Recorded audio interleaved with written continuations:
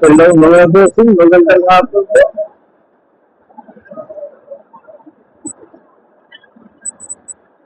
Today is Monday. So kasalukuyan po bumabiyahe tayo mga bossing pauwi na bahay. Okay?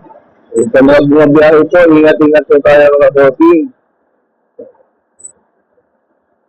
Siyempre, araw-araw tayo bumabiyahe. Araw-araw din tayo nagpapagas halos. Dahan-dahan sa pagpapatakbo mga bossing. Tipid po tayo sa gasolina, no?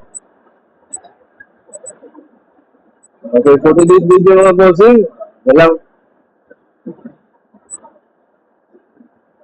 regarding lang to sa camera yung sa mga buhayo na lagi din sa sa Congress. Wala na lang ginagawa kundi nag-aakay lang ng pera. Ano? Comment ko rin sa mga taga-camera. Imbis na lagi kayo nag-hearing dyan, tinutukan nyo lagi yung impeachment, tinutukan yung impeachment, tigilan nyo na yan. Inakasaya na lang yung pera ng taong bayan eh. Gumagawa lang kayo ng session para magkakapera kayo. Bakit? Wala na ba kayo?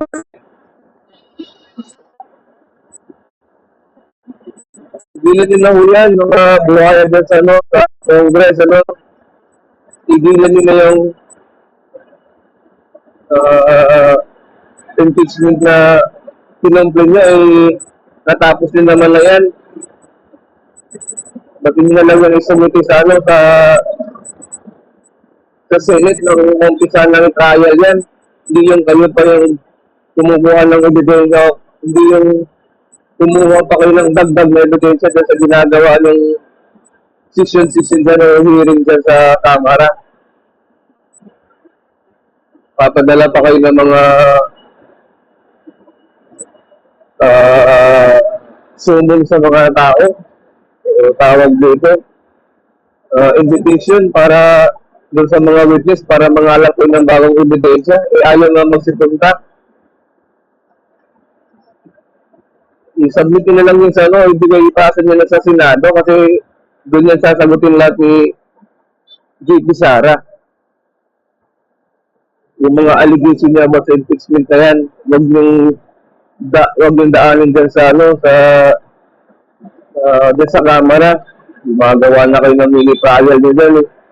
Nag-iimbis na dyan na kayo, nanguha na kayo ng dagdag na ebidensya lang yung sa ginagawa nyo. Isa pa dyan, ginagawa nyo yan, nasayahan nyo yung pera ng taong bayan. Bawat session mo, may bayad ko eh. Pareho lang naman yung may pabalik-balik lang naman yung topic nyo dyan. Nidibatihan nyo dyan regarding sa impeachment ni Sara. Ako sa inyo, tigilan nyo na yan. Pagpunan nyo yung ibang problema ng bansa, hindi lang problema sa impeachment, hindi lang problema yan. Diba mga bossing?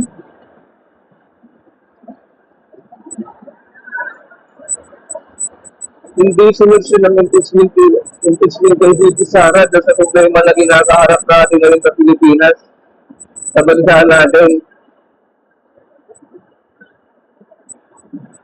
Unahin nyo yung ma-resolve yung pagtaas ng gasolina at saka yung mga bilihin. Yun dapat ang atupagin nyo, hanapan nyo ng solusyon yan. Pinipilit nyo pa-impeach si VP Sara, wala naman kayong tamang ebidensya, sapat na ebidensya. Pagbibira naman kayo. Yun lang, palawagan ko.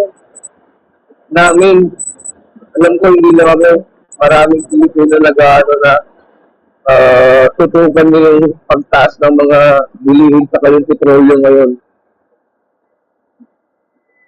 Hindi yung impeachment ni VP Sara.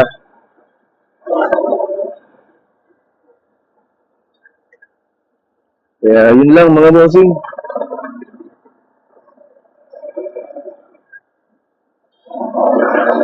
sure dadaan to sa mga bahay nyo, sa mga wall nyo, no? Baka naman makahingin lang isang right lang. Comment. Gusto nyo mag-share. That's better, no? Shout out talaga sa mga anti-Duterte dyan. Kamusta naman kayo? No, okay na ba kayo dyan? Siyempre, no, sa mga supporters ng Duterte family. Yung supporters ni Vicky Sara, ni Tatay Digong. God bless ko sa inyo. Ingat-ingat po tayo lagi. Sabay naman po, God bless.